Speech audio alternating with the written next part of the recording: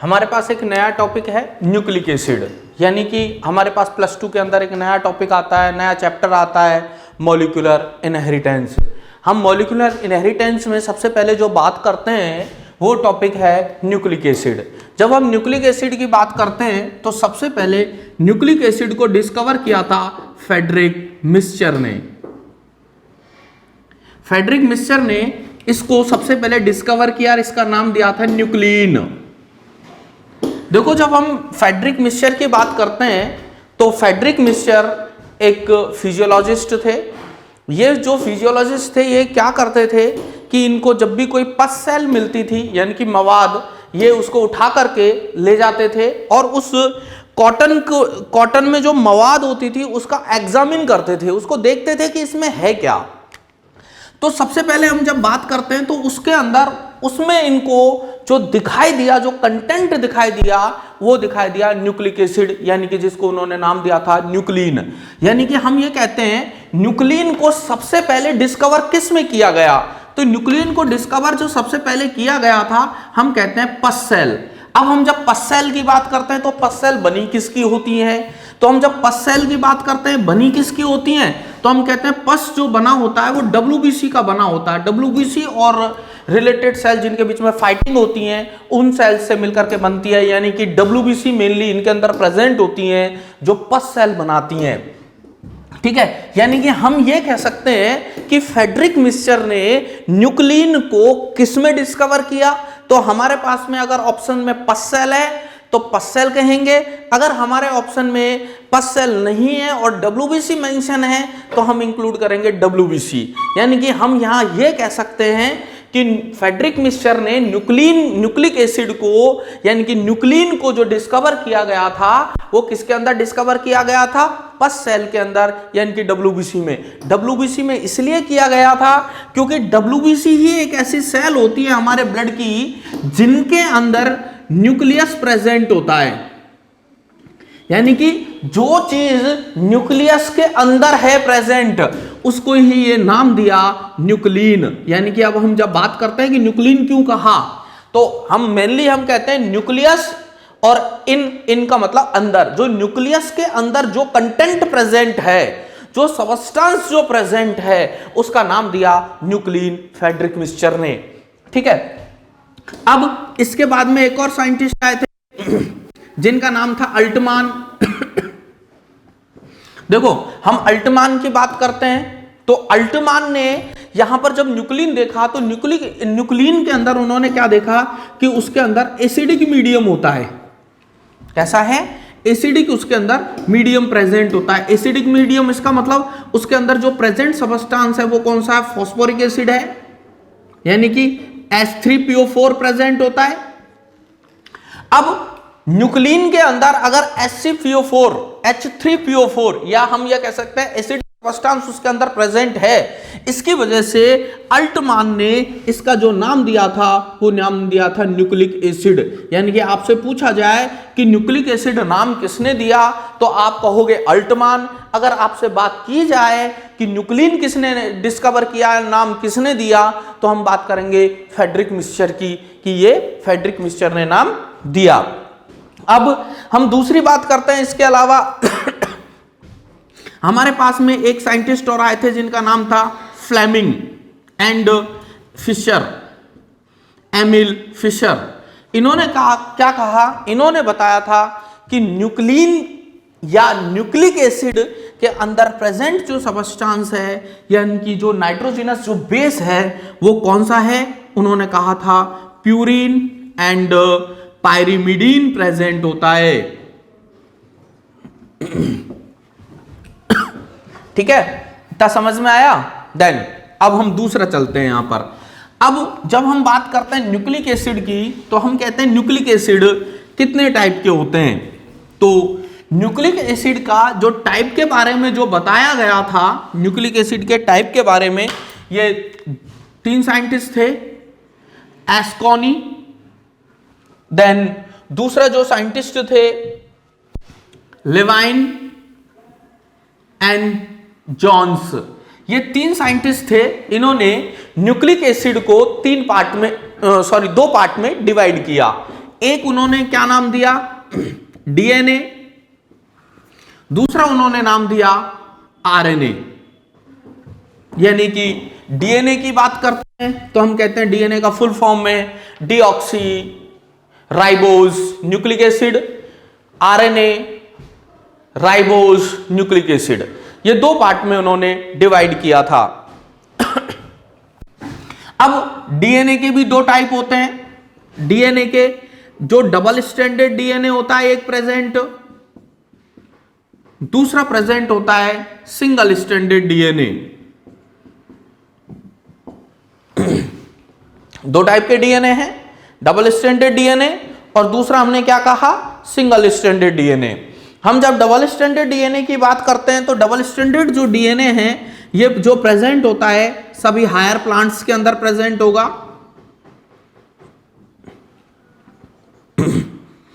Higher animals के अंदर ये प्रेजेंट होगा, ठीक है। और देन हम बैक्टीरियोफेज,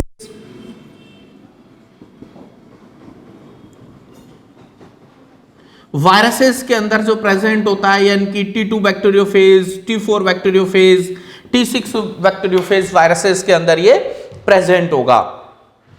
हम जब दूसरी बात करते हैं यहां पर सिंगल स्ट्रैंडेड डीएनए यानी कि इसका स्ट्रैंड ओनली सिंगल है, तो हम जब सिंगल स्ट्रैंडेड डीएनए की हम जब बात करते हैं तो सिंगल स्ट्रैंडेड डीएनए जो प्रेजेंट होता है साइक्रॉस 174 वायरस इसके अंदर प्रेजेंट होगा। ये बहुत इंपॉर्टेंट है, क्वेश्चन पूछ लिया जाता है, ओनली इसी के अंदर प्रेजेंट होता है सिंगल स्ट्रैंडेड डीएनए, तो हम इसको कहेंगे साइक्रॉस 174 वायरस। इसको सबसे पहले डिस्कवर किया गया था बाय द सिंसीमियर,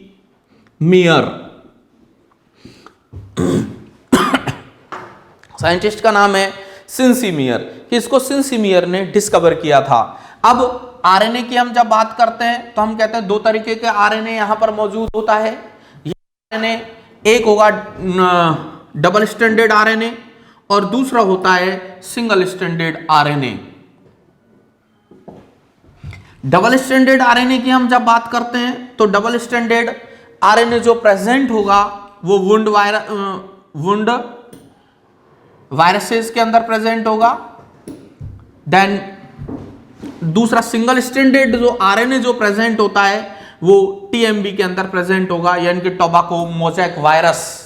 हम क्या कहेंगे यहां पर, टीएमबी यानी कि टोबैको मोज़ेक वायरस, इसके अंदर ये प्रेजेंट होते हैं दो तरीके के आरएनए। यानी कि एक कंडीशन हमारे पास में आरएनए डीएनए की है। आप इस चीज को ध्यान रखना कि किस तरीके से हमने कहा न्यूक्लिक एसिड को हमने दो पार्ट में डिवाइड किया, एक डीएनए के अंदर किया, दूसरा आरएनए के अंदर किया। हम डीएनए की बात करते हैं तो डबल स्ट्रैंडेड डीएनए है, सिंगल स्ट्रैंडेड डीएनए है। डबल स्ट्रैंडेड डीएनए जो प्रेजेंट होता है हायर प्लांट्स, हायर एनिमल और बैक्टीरियोफेज वायरसेस के अंदर प्रेजेंट होगा। सिंगल स्ट्रैंडेड डीएनए की बात करते हैं तो साइक्रॉस 174 वायरस के अंदर प्रेजेंट होता है जिसको सिंसीमियर ने डिस्कवर किया था। इंपॉर्टेंट है इसलिए हम बार बार कह रहे हैं कि इसको डिस्कवर किया था, ओनली सिंगल है। इसका एग्जांपल आरएनए की बात करते हैं, दो तरीके का है, डबल स्ट्रैंडेड आरएनए और single stranded RNA. Single stranded RNA tobacco mosaic virus यानी कि टीएमबी में प्रेजेंट होगा। ये क्वेश्चन भी पूछा जाता है, बार बार पूछा जाता है, ध्यान रखने वाली बात है। अब हम जब न्यूक्लिक एसिड की बात करते हैं, चाहे वो न्यूक्लिक एसिड में आरएनए हो या फिर वो डीएनए हो, कोई भी हो, हम न्यूक्लिक एसिड की हम जब बात करते हैं तो न्यूक्लिक एसिड जो बना होता है वो पॉलीन्यूक्लियोटाइड का बना होता है, यानी कि बहुत सारी न्यूक्लियोटाइड्स हैं उनसे मिलकर के बना होता है। तो न्यूक्लियोटाइड्स का बना होगा। न्यूक्लियोटाइड्स जो बने होते हैं वो दो चीजों से मिलकर के बने होते हैं, न्यूक्लियोसाइड एंड H3PO4 यानी कि फॉस्फोरिक एसिड। अब न्यूक्लियोसाइड दो तरीके के बने दो चीजों से मिलकर के बना होता है, एक होता है इसके अंदर शुगर और दूसरा इसके अंदर प्रेजेंट होता है नाइट्रोजीनस बेस।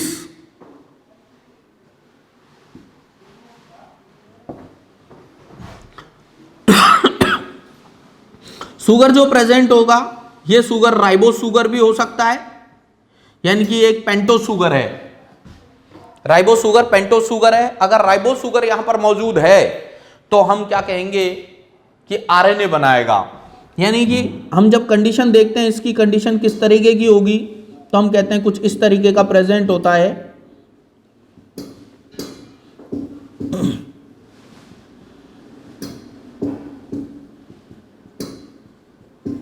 ये कंडीशन यहां पर प्रेजेंट होगी इसके अंदर। ये राइबो शुगर की है।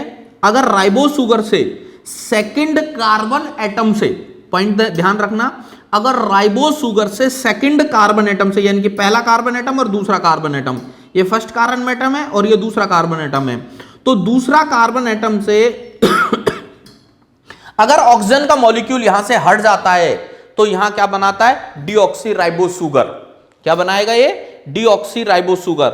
अगर ये डीऑक्सी राइबो शुगर यहां पर मौजूद है तो ये डीएनए के अंदर प्रेजेंट होगी, यानी कि शुगर के बेस पर ही डीएनए नाम दिया गया है। हम नाइट्रोजिनस बेस की बात करते हैं तो नाइट्रोजिनस बेस दो तरीके के हैं, जैसे अभी मैंने थोड़ी देर पहले बताया था आपको, हमने कहा था फ्लेमिंग एंड फिशर, दो की बात की थी। इन्होंने क्या कहा, नाइट्रोजिनस बेस एक प्यूरिन प्रेजेंट होगा और दूसरा कौन सा होगा, पायरिमिडीन प्रेजेंट होता है। प्यूरिन की हम जब बात करते हैं तो प्यूरिन दो चीजों से मिलकर के बना होता है, एक एडेनाइन एंड ग्वानिन। पायरिमिडीन दो चीजों से मिलकर के बना होता है, साइटोसिन एंड थाइमिन। अगर आरएनए है तो थाइमिन की जगह पर वहां पर यूरेसिल प्रेजेंट होगा, यानी कि यूरेसिल आरएनए के अंदर प्रेजेंट होता है और थाइमिन जो है वो किसके अंदर प्रेजेंट है, डीएनए के अंदर मौजूद होता है। हम ये कह देते हैं, जैसे एक बार क्वेश्चन दिया गया था, हमसे पूछा गया कि, यानी कि एडेनिन की हम बात करते हैं, थोड़ा सा एक और पॉइंट देख लेते हैं अपन। एडेनिन को हम ए से रिप्रेजेंट करते हैं, ग्वानिन को हम जी से रिप्रेजेंट करते हैं और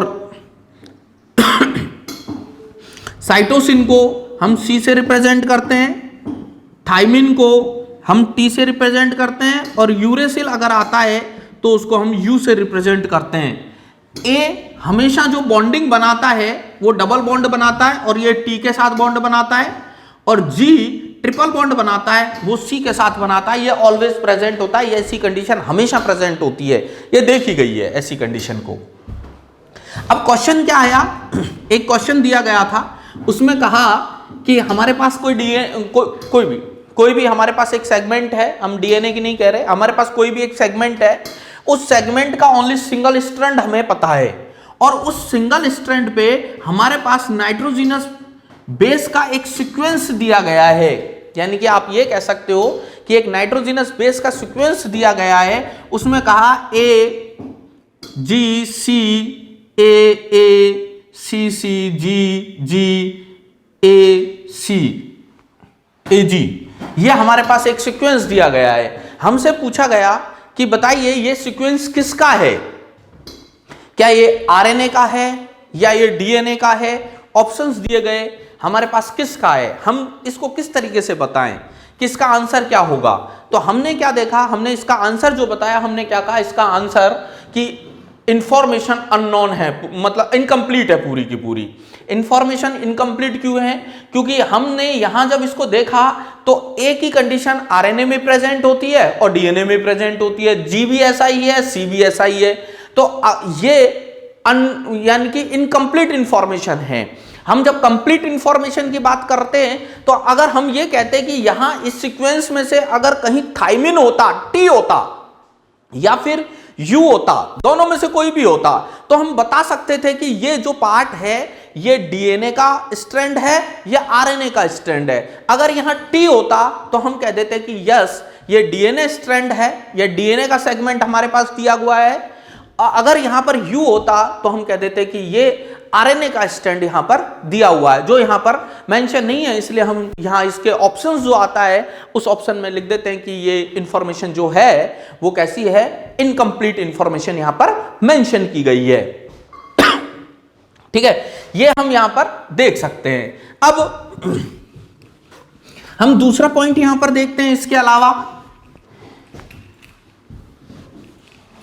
हमारे पास इसी से रिलेटेड जहां क्वेश्चन आता है, काफी बार क्वेश्चन आया हुआ है, 2016 में भी क्वेश्चन आया है, बार बार क्वेश्चन पूछा भी जाता है। एक रूल आता है जिसको हम कहते हैं चार ग्राफ रूल। एक साइंटिस्ट थे चार ग्राफ, उन्होंने एक रूल डेवलप किया था, उसको नाम दिया गया था चार ग्राफ रूल। अब इस चार ग्राफ ने क्या कहा, इस चार ग्राफ ने कहा कि हमारे पास में कोई डीएनए का स्ट्रैंड है, पूरा का पूरा डीएनए है। अब उस डीएनए में हमें देखा गया कि नाइट्रोजनस बेस कितने हैं, कैसे हैं। हम ये बता भी सकते हैं कि अगर हमारे पास में एक नाइट्रोजनस बेस के बारे में मालूम हो तो हम अदर नाइट्रोजनस बेस के बारे में मालूम कर लेते हैं। तो यहां पर चार ग्राफ ने क्या कहा, चार ग्राफ ने कहा कि प्यूरिन का अमाउंट पायरिमिडीन के अमाउंट के बराबर होता है ऑलवेज, हमेशा, चाहे वो डीएनए का सेगमेंट प्रोकैरियोट्स का हो या यूकैरियोट्स का हो, किसी का भी हो, यहां पर प्यूरिन इजिकल टू pyrimidine ही होगा। ठीक है, यानी कि हम क्या कह सकते हैं, A plus G equal to C plus T, ये ही कंडीशन हमारे पास में मौजूद होगी ऑलवेज। ठीक है, हम ये नहीं कह सकते A प्लस टी, क्योंकि A टी के साथ बॉन्ड बनाता है, तो हम कहते हैं A प्लस टी, या हम कह सकते हैं C प्लस जी नहीं होता। ये नॉट ऑलवेज वन, कभी भी एक नहीं होगा किसी भी केस के अंदर। हर केस में इसकी वेरिएबिलिटी मिलेगी, प्रोकैरियोट्स में अलग होगा, यूकैरियोट्स में अलग अलग होगा। ठीक है, लेकिन हम जब इसकी बात करते हैं तो यूनिवर्सल होता है ये, यानी कि इसका रेशियो किसी का भी डीएनए देख लें हम, उसके डीएनए के अंदर प्यूरिन का अमाउंट pyrimidine के अमाउंट के बराबर ही होता है। ठीक है, तो हम यहां पर क्या देखते हैं, हम यहां पर क्या देखते हैं, हमारे पास में एक क्वेश्चन दिया गया है। सपोज करो हमने कहा एडेनिन हमारे पास में 20% है, एडेनिन का अमाउंट दिया गया था कि एडेनिन का अमाउंट हमारे पास में 20% है। तो पूछा गया जी का अमाउंट कितना होगा, सी का अमाउंट कितना होगा और टी का अमाउंट कितना होगा, ये हम बता सकते हैं। सबके बारे में हम यहां पर बता सकते हैं, एक मालूम हो तो हम बता सकते हैं। हम ये कहते हैं कि ए टी के साथ बॉन्ड बनाता है, यानी कि जितना ए होगा उतना टी होगा, जितना ए होगा उतना टी होगा, क्योंकि ए ऑलवेज टी के साथ बॉन्ड बना रहा है। तो हम यहां पर ये कह देते हैं टी का जो अमाउंट होगा वो 20% होगा। ठीक है, अब हमारे पास में ये दोनों के बारे में आई कि इसके दोनों के बारे में हम कैसे मालूम करें, ये क्वेश्चन हमारे पास में है। ठीक है, हमारे पास एडेनिन का पता चल गया, हमारे पास थाइमिन का पता चल गया, लेकिन ना हमारे पास ग्वानिन का पता चला, ना हमारे पास साइटोसिन का पता चला। हमें इसके बारे में मालूम करना है, बड़ा सिंपल सा है। किसी भी डीएनए के अंदर जब हम बात करते हैं तो हम ये कहते हैं ये 50% होगा तो ये भी 50% होगा, दोनों की दोनों 50-50% होते हैं। ठीक है, अब ये दोनों की दोनों अगर 50% हैं तो हम यहां पर निकाल सकते हैं। हमारे पास पूछा क्या है, जी पूछा है, जी निकाल लेते हैं पहले। a plus G equal to 50, simple है, 50% होता है तो 50। ठीक है, हमारे पास a की वैल्यू दी गई है, g की वैल्यू नहीं दी गई है। g equal to 50 minus a। ठीक है, यानी कि आप क्या कह सकते हो, 50 माइनस a की वैल्यू 20 है, तो हम कहते हैं 20 इजिकल टू हमारे पास 30। यानी कि हम ये कह सकते हैं कि हमारे पास ग्वानिन की जो वैल्यू आती है वो 30% आती है, यानी कि इसकी वैल्यू कितनी है, 30%। तो हमारे पास ग्वानिन आ गया। अब जी जो है, जितने जी होंगे उतने सी भी होंगे, तो हम यहां पर क्या कहेंगे, ग्वानिन अगर 30% है तो साइटोसिन भी 30% होगा।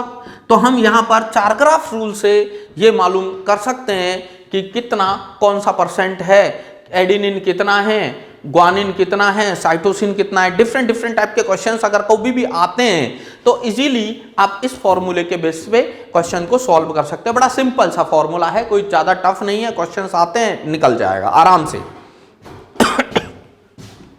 ठीक है,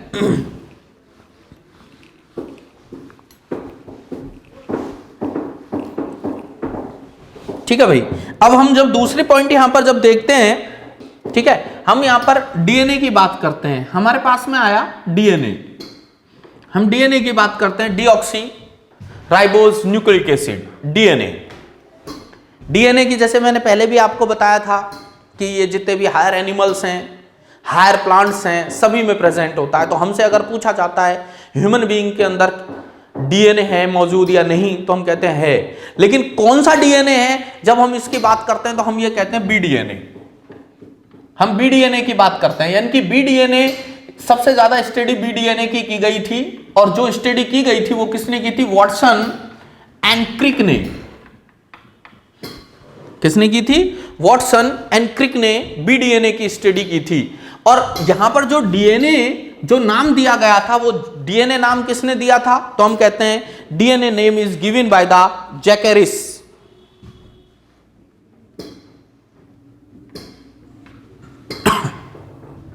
ये जो नाम था डीएनए, ये जैकेरिस ने दिया था। हम जब डीएनए की स्ट्रक्चर देखते हैं हम लोग, तो हम कहते हैं डीएनए का एक सिंपल सा स्ट्रक्चर हमारे पास में इस तरीके से प्रेजेंट है।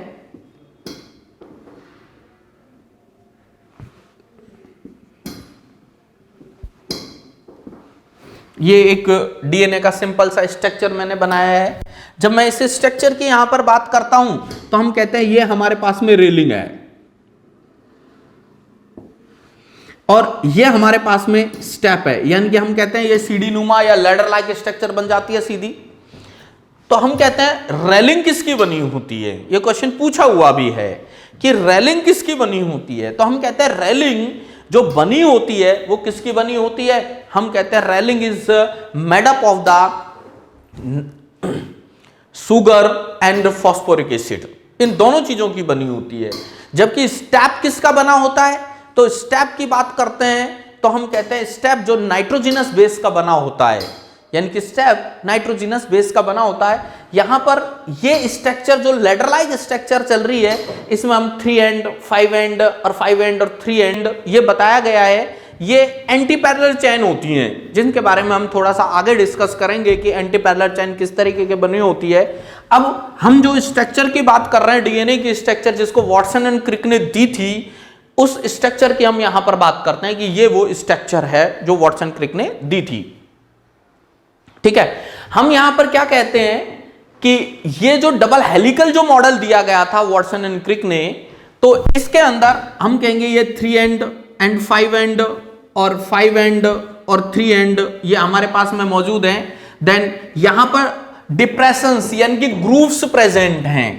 एक ग्रूव ये वाला है, एक ग्रूव ये है, एक ग्रूव ये है, एक ग्रूव ये है। इस ग्रूव को हम कहते हैं मेजर ग्रूव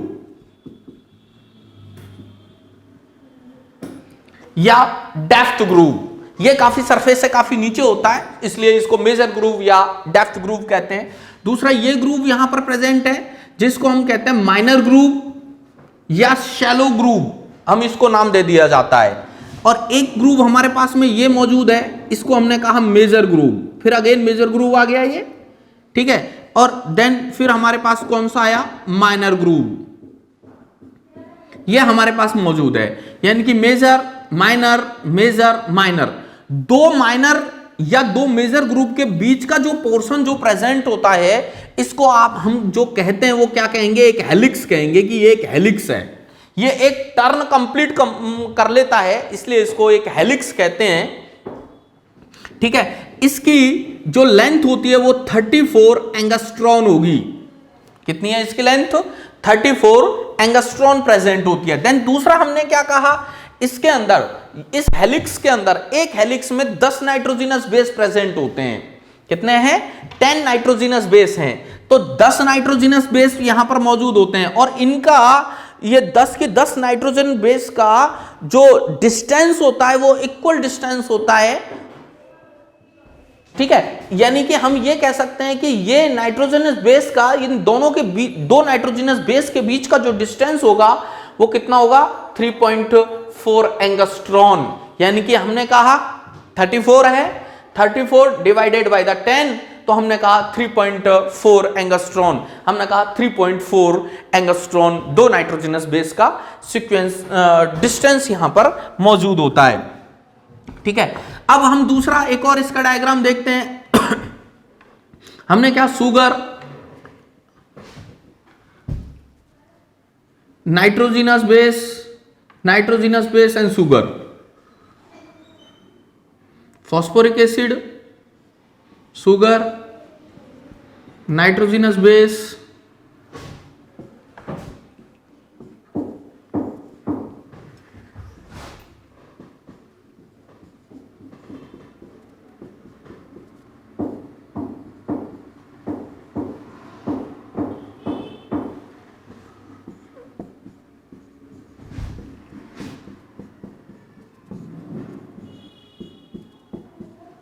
ये हमारे पास में इस तरीके से हम ये बना लेते हैं। हमने कहा ये शुगर है, शुगर अटैच होती है नाइट्रोजनस बेस के साथ में, दूसरा नाइट्रोजनस बेस के बीच में यहां डबल बॉन्ड या ट्रिपल बॉन्ड प्रेजेंट होते हैं, ठीक है। देन उसके बाद में हमने क्या कहा यहां कि ये शुगर प्रेजेंट है और शुगर, दो शुगर के बीच में यहां फॉस्फोरिक एसिड प्रेजेंट होता है, इनके बीच में एक बॉन्ड बनता है जिसको कहते हैं फॉस्फोडाइएस्टर बॉन्ड। अभी हम बताएंगे कि फॉस्फोडाइएस्टर बॉन्ड बनता किस तरीके से है। यहां हम जब बात करते हैं तो शुगर और शुगर के बीच का जो डिस्टेंस होता है वो 11.1 एंगस्ट्रॉन होता है। कितना होगा? 11.1 angstrom. Sugar and phosphoric acid के बीच में यहां पर एंगल प्रेजेंट होता है, वो एंगल किसका होगा? 51 डिग्री का एंगल यहां पर मौजूद होता है। किसके बीच में? हमने कहा शुगर के बीच में और फॉस्फोरिक एसिड के बीच में एंगल प्रेजेंट है, 51 डिग्री का यहां पर एंगल मौजूद होता है, ठीक है। हमने क्या कहा, ये हमारे पास में 3 एंड 2 5 एंड होगा, ये हमारे पास में 5 एंड 2 3 एंड होगा। एंटी पैरेलल होते हैं तो 3 एंड और 5 एंड होते कैसे हैं, हम इनकी यहां पर बात करते हैं। थोड़ा सा हम एक और डायग्राम देखते हैं, बना करके थोड़ा मॉलिक्यूलर स्ट्रक्चर देखते हैं। हमने कहा शुगर की स्ट्रक्चर इस तरीके से मौजूद है,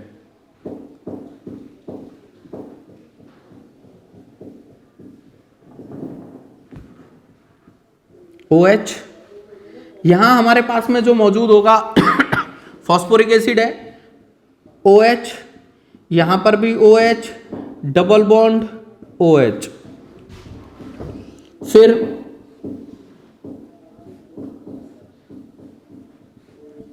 CH2OH, OH, यहां नाइट्रोजिनस बेस, यहां पर nitrogenous base, double bond nitrogenous base,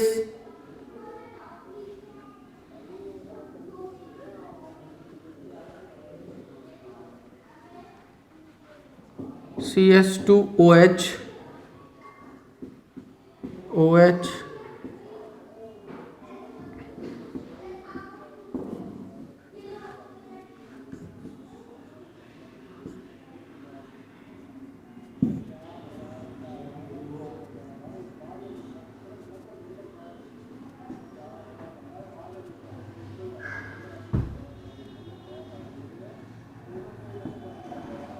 ये हमारे पास में मौजूद स्ट्रक्चर है। हमने क्या कहा, ये हमारे पास जो प्रेजेंट है फॉस्फोरिक एसिड है, ये हमारे पास कार्बोहाइड्रेट है, यानी कि ये शुगर हमारे पास प्रेजेंट है, डीऑक्सीराइबोज शुगर हमारे पास मौजूद है। ये पांचवा कार्बन एटम है, यानी कि 5th कार्बन एटम है। 1 2 3 4 5 कार्बन एटम है इसके अंदर, 1 2 3 4 5, ये 5वां कार्बन एटम है। ये 3रा कार्बन एटम है। यहां पर 3rd कार्बन एटम फ्री होता है, किसी के साथ बॉन्डिंग नहीं बनाता, इसलिए इसको हम कहेंगे 3 एंड, यानी कि जो बॉन्डिंग नहीं बनाता सो हम क्या कहेंगे, यहां पर 3 एंड कहेंगे। और यहां पर 5वां कार्बन एटम भी किसी के साथ बॉन्डिंग नहीं बनाता, इसलिए इसको हम क्या कहेंगे, 5 एंड। अगर हम इसको डिनोट करते हैं इस तरीके से तो हम कहेंगे 3 एंड 5 एंड, ठीक है। सेम कंडीशन हम यहां पर कहेंगे, यहां पर 3रा कार्बन एटम फ्री है, यानी कि हमने कहा 1 2 3, 3रा कार्बन एटम फ्री है, किसी के साथ बॉन्डिंग नहीं कर रहा। यहां हम सेम कर रहे हैं 1 2 3 4 5, यहां 5वां कार्बन एटम फ्री है, इसलिए हम क्या कहेंगे इसको 3 एंड 5 एंड, हम यहां पर ये कह देते हैं। अब तीसरा कार्बन एटम पर प्रेजेंट OH ग्रुप, ये फॉस्फोरिक एसिड के OH के साथ में रिएक्शन करता है और यहां पर ये रिएक्ट करके वाटर के मॉलिक्यूल को बाहर निकाल देता है, तो हमारे पास यहां पर एक बॉन्ड बन जाता है। इस बॉन्ड को हम क्या कहेंगे, फॉस्फोडाइएस्टर बॉन्ड। क्या कहेंगे इसको हम, फॉस्फोडाइएस्टर बॉन्ड। सेम कंडीशन है, यहां पर पानी का मॉलिक्यूल बाहर निकल जाता है, जब पानी का मॉलिक्यूल बाहर निकल जाता है तो इसके बीच में एक बॉन्ड बन जाता है, इसको कहेंगे फॉस्फोडाइएस्टर बॉन्ड, यानी कि एक पूरी स्ट्रेट चेन बन जाती है। इस तरीके से सबके साथ ही हम क्या कहेंगे, यहां पर फॉस्फोडाइएस्टर बॉन्ड बन जाता है। तो हम यहां पर डीएनए की हम जब बात करते हैं तो हम कहते हैं 3 to 5 एंड और 3 to 5 एंड और 5 to 3 एंड, ये एंटी पैरेलल चेन यहां पर मौजूद होती है डीएनए के अंदर। ये डीएनए की हम यहां पर स्ट्रक्चर की बात कर लेते हैं कि ये डीएनए की एक स्ट्रक्चर है। ये मेजर क्वेश्चन बनता है यहां से, +2 के पॉइंट ऑफ व्यू से काफी क्वेश्चंस यहां से आते हैं, कोरिलेटेड होते हैं, ठीक है। और आपको मोर अपडेट चाहिए तो उसके लिए आप हमारा सब्सक्राइब कर सकते हो हमारे चैनल को और देख सकते हो, और आप जो भी अपडेट मिलेंगी आपको related to board exams, competitive exams like NEET and JEE, ये कोटा क्लासेस जालंधर की वेबसाइट पर आप सब्सक्राइब कर सकते हो और देख सकते हो। Okay, thank you.